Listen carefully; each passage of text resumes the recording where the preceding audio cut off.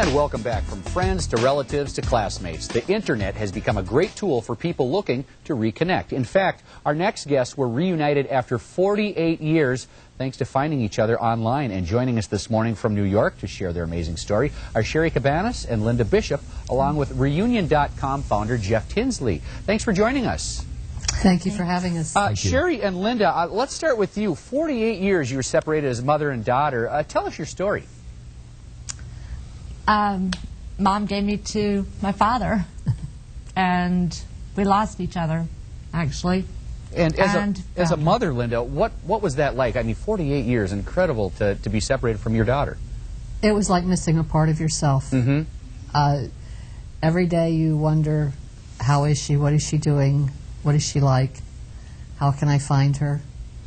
Well, and not being computer savvy, I did everything else but. Right. Sherry was the one that was computer savvy, and she joined reunion.com and in 2002. 2002, right. And I joined in 2006, and it happened. Our names clicked. What was it? Who found who? I found her. What was that moment like when you found her and you knew for sure? I imagine your heart was just pounding. My heart was pounding. I was deathly ill. I was uncontrollably crying. There was every emotion going on that you could have. And then the reunion, you actually met out in San Jose. We're looking at a photo right now. Yes. And you got together, and we're looking at the embrace. And it's just such a heartwarming, such a touching story. It really is. It was the best hug I ever had. I can imagine. What made you think of using the internet? I had gone through every source available out there without a social security number. It's just not spent all the money I could think about spending on it. And then I got my first computer back in the 80s, and I was still learning it, and I was doing genealogy searches and just, you know, everything I could come up with. But then it wasn't until I discovered reunion.com in 2002 that I joined that and started periodically just putting her name in and seeing if I could get a hit, and never a hit until she joined in 2006. And then I was sitting idle one day and just typed her name in, and it came up. Wow. That was it. An incredible story. Let's bring Jeff into the mix here. Jeff, for people that are considering reunion.com or searching for a loved one, can you give us some search do's and don'ts?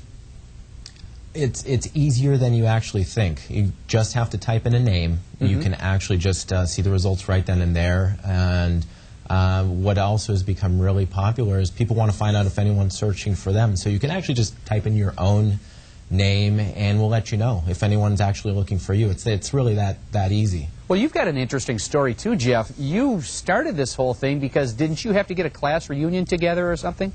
It was after my 10-year high school reunion. I actually got reunited with a girl that ended up becoming my wife. You're kidding.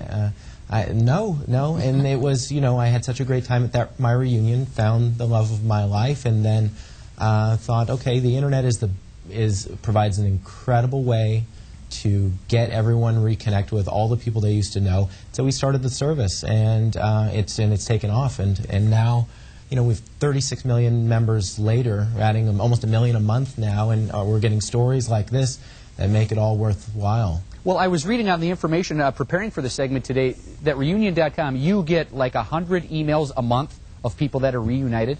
Oh, more than that. Really? Thousands and thousands of stories. We've reunited literally millions of people, and we have tens of millions still searching. And so, you know, you can go and see if any of them are searching for you. We want to get all of these people back together again. These relationships, your relationships are important, and they're living proof that it works and that they are important. They certainly are. Now, don't get me wrong. I want to have fun with this here, and I don't want to be a bummer. But what if you don't want to be found?